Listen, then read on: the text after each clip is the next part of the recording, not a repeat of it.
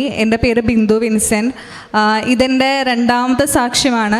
ഞാനൊരു electronics and communication engineer 2022 pass out.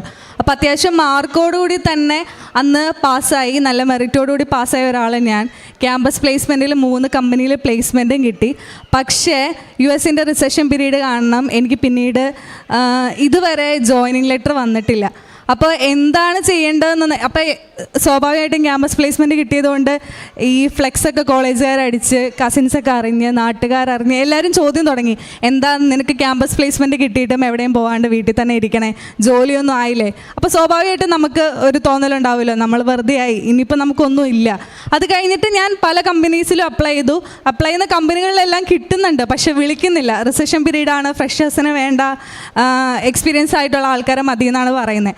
അങ്ങനെ എന്താണെന്നറിയില്ല, മുന്നോട്ട് എന്താ ചെയ്യേണ്ടതെന്ന് അറിയാണ്ടിരിക്കുമ്പോഴാണ് ഞാൻ കൃപാസനത്തിൽ ഇവിടെ വരുന്നതും ഉടമ്പടി എടുക്കുന്നതും. അപ്പോൾ ആദ്യമായിട്ട് ഉടമ്പടി എടുത്തു. എനിക്ക് ഇപ്പം ഞാൻ പറയുന്ന സാക്ഷിയൊന്നും അന്ന് എൻ്റെ മനസ്സിൽ ഉണ്ടായിരുന്നില്ല. അന്ന് ഞാൻ വേറെ പല കാര്യങ്ങളും മാതാവിനോട് പറഞ്ഞിരുന്നേ, അതെനിക്ക് ലഭിക്കുകയുണ്ടായി. ഞാൻ ആദ്യമേ സാക്ഷ്യം പറയുകയുണ്ടായി. ഇപ്പം ഞാൻ പറയാൻ പോകുന്നത്, ഞാൻ ഒരിക്കലും ചിന്തിക്കാത്ത ഒരു രാജ്യത്തേക്ക് ഇനി എന്നെ മാതാവ് കൊണ്ടുപോവുകയാണ്. ഞാൻ പറഞ്ഞല്ലോ, ഞാൻ 2022 പാസ് ഔട്ടാണ്. അപ്പോൾ അത് കഴിഞ്ഞിട്ട് എനിക്കൊരു നല്ല ഗ്യാപ്പുണ്ട്. അപ്പം ഞാൻ പഠിച്ചുകൊണ്ടിരുന്നപ്പോഴും ആഗ്രഹിച്ചിരുന്നത് ഇപ്പം 1 or 2 ഇയർ ജോലി ചെയ്യുക, അത് കഴിഞ്ഞിട്ട് പുറത്തേക്ക് പോവുക, ഒന്ന് സെറ്റിലാവുക എന്നാണ് വിചാരിച്ചിരുന്നത്. അപ്പം ഞാൻ പിന്നെ ഇനിയിപ്പോൾ എന്നാണെങ്കിലും നാട്ടിൽ ജോലിയൊന്നും കിട്ടത്തില്ല എന്ന് മനസ്സിലായി. പിന്നെ പുറത്തേക്ക് പോവുക മാത്രമേ ഒരു ഓപ്ഷനുള്ളൂ. പിന്നെ അതിലേക്ക് ട്രൈ ചെയ്യാൻ നോക്കി. അങ്ങനെ ഞാൻ ഓസ്ട്രേലിയക്ക് വേണ്ടിയിട്ട് ഓരോ കാര്യങ്ങൾ ചെയ്യാനായിട്ട് നോക്കി. അത് കഴിഞ്ഞിട്ട് ഞാനൊരു യൂണിവേഴ്സിറ്റി അപ്ലൈ ചെയ്തു. ഞാൻ ഇലക്ട്രോണിക്സ് ആൻഡ് കമ്മ്യൂണിക്കേഷൻ തന്നെ മാസ്റ്റേഴ്സിന് വേണ്ടിയിട്ട് ഒരു യൂണിവേഴ്സിറ്റിയിൽ അപ്ലൈ ചെയ്തു. ഞാൻ വിചാരിക്കുന്നത്, ഞാൻ എന്താണോ പഠിച്ചത് അത് തന്നെ എനിക്ക് അച്ചീവ് ചെയ്യാൻ പറ്റും. അപ്പം അതിൽ തന്നെ മാസ്റ്റേഴ്സ് എടുക്കണം എന്നായിരുന്നു എൻ്റെ ആഗ്രഹം. അങ്ങനെ ഞാനത് വെച്ചു. ഞാൻ ഓഫർ ലെറ്ററിന് വേണ്ടിയൊക്കെ വെയിറ്റ് ചെയ്തു. ഓഫർ ലെറ്ററൊക്കെ കിട്ടി. പക്ഷേ ഞാൻ മനസ്സിൽ ആഗ്രഹിച്ചിരുന്നത് എനിക്ക് സ്കോളർഷിപ്പോടുകൂടി അവിടെ പഠിക്കണം എന്നാണ്. ഇപ്പം നമുക്കറിയാം, ഓസ്ട്രേലിയയിലാണെങ്കിലും ഏത് കൺട്രിയിലാണെങ്കിലും ഒരു യൂണിവേഴ്സിറ്റിയിൽ പഠിക്കുമ്പോൾ സ്കോളർഷിപ്പ് ഉണ്ടെങ്കിൽ നമുക്ക് എത്ര എമൗണ്ട് ആണോ നമ്മൾ ഫീസ് അടയ്ക്കുന്നത്, അതിൽ നിന്ന് ഒത്തിരി അധികം എമൗണ്ട് നമുക്ക് ഡിഡക്റ്റ് ചെയ്ത് കിട്ടും. അപ്പോൾ ഞാൻ ആഗ്രഹിച്ചിരുന്ന പോലെ ആദ്യമേ വെച്ച യൂണിവേഴ്സിറ്റിയിൽ എനിക്ക് സ്കോളർഷിപ്പ് കിട്ടിയില്ല. അപ്പോൾ വീണ്ടും എനിക്ക് ടെൻഷനായി, ഇനിയിപ്പോൾ ഞാൻ എന്ത് ചെയ്യും? ആകെ ഉണ്ടായിരുന്ന യൂണിവേഴ്സിറ്റി ഇലക്ട്രോണിക്സ് ആൻഡ് കമ്മ്യൂണിക്കേഷനിൽ അധികം കുറച്ച് ഓപ്ഷൻസേ ഉള്ളൂ. അപ്പം ഇനി എന്ത് ചെയ്യുമെന്ന് അറിഞ്ഞിരിക്കുമ്പോൾ എനിക്കിങ്ങനെ കുറേ ആൾക്കാരുമായിട്ടൊക്കെ ബന്ധപ്പെട്ട് അവസാനം മാതാവ് തന്നെ എനിക്കൊരു വഴി കാണിച്ചു തന്നു. ഇലക്ട്രോണിക്സ് മാറി ഇലക്ട്രിക്കലിലേക്കൊന്ന് സ്വിച്ച് ചെയ്യുക, അങ്ങനെ ഒരു തോന്നൽ വന്നു.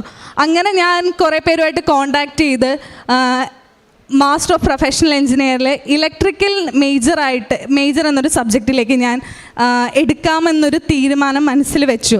പക്ഷേ അന്നേരം എനിക്ക് ഉള്ളിൽ ഡൗട്ടായി, ഇനി ഞാൻ എന്ത് ചെയ്യും? ഇത് വേറെ സബ്ജക്റ്റ് അല്ലേ, ഇതൊക്കെ എനിക്ക് പഠിക്കാൻ പറ്റുമോ എന്നുള്ള ഭയങ്കര ടെൻഷനായിരുന്നു. അപ്പം അന്ന് December 7 മാതാവ് പ്രത്യക്ഷപ്പെട്ട ദിവസം വരാമ്പോൾ അപ്പം ഞാൻ മാതാവിനോട് ഇങ്ങനെ പ്രാർത്ഥിച്ചേ, ഇത് മാതാവ് എനിക്ക് തരുന്നതാണെങ്കിൽ December 7 തന്നെ എനിക്ക് ഓഫർ ലെറ്റർ തരണമെന്ന് പറഞ്ഞു ഞാൻ പ്രാർത്ഥിച്ചു. നിയോഗം വെച്ച് അങ്ങനെ തന്നെ പ്രാർത്ഥിച്ചു.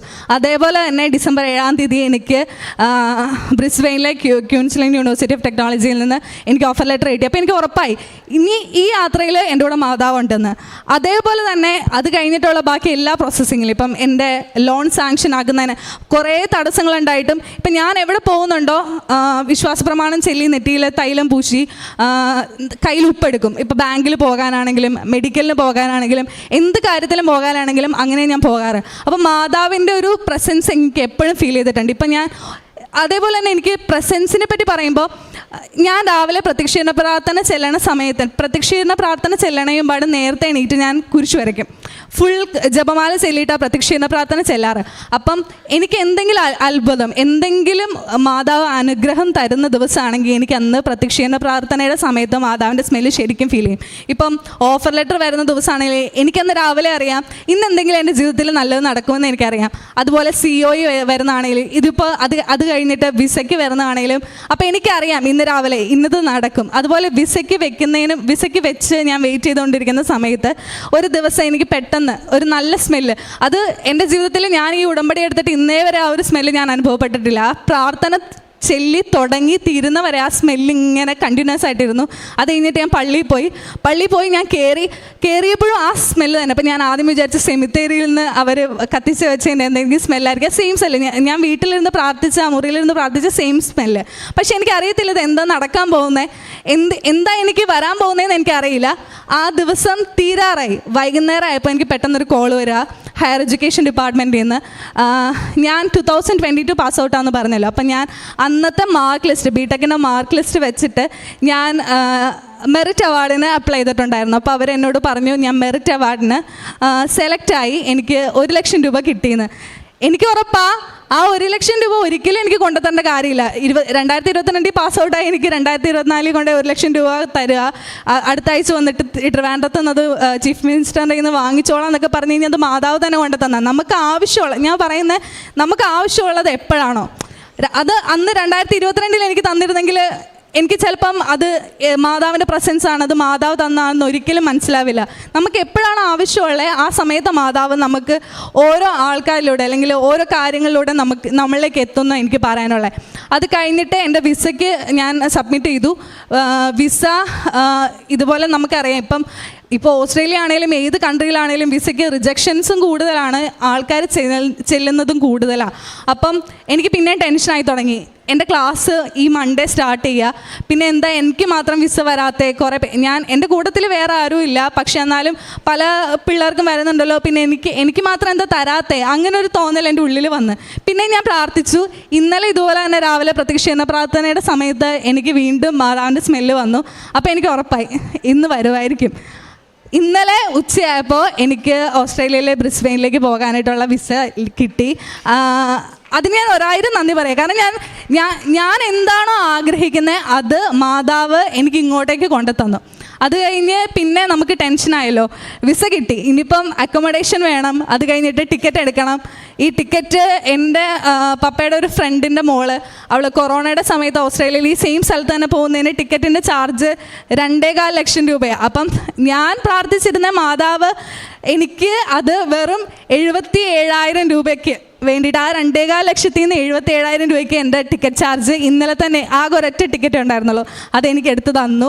എൻ്റെ അക്കോമഡേഷൻ എല്ലാം റെഡിയായി. ഞാൻ ഈ 23rd ഈവനിങ് ബ്രിസ്ബെയിനിലേക്ക് പോവുകയാണ്. പിന്നെ ഇതാണ് എനിക്ക് പറയാനുള്ള സാക്ഷ്യം. പിന്നെ ഈ ഉടമ്പടിയിൽ ഞാനിന്ന് ഇവിടെ എത്താനായിട്ട് ഞാൻ ആദ്യമേ എങ്ങനെയായിരുന്നു, ഇപ്പം എങ്ങനെയാണെന്നാണ് ഞാൻ നിങ്ങളോട് പറയാൻ പോണേ. ആദ്യമേ ഉടമ്പടി എടുക്കുന്നതിന് മുന്നേ പള്ളിയിലാകെ സൺഡേസിൽ മാത്രം, അല്ലെങ്കിൽ സാറ്റർഡേ സൺഡേ അത്രേ ഞാൻ പോയിട്ടുള്ളൂ രാവിലത്തെ കുർബാനയ്ക്ക്. അല്ലാണ്ട് ഞാൻ കുർബാനയ്ക്ക് അങ്ങനെ പോകാറില്ല. ഉടമ്പടി എടുത്തതിന് ശേഷം ഇന്നേ വരെ എനിക്ക് കുർബാന രാവിലത്തെ മുടങ്ങിയിട്ടില്ല. എല്ലാ ദിവസവും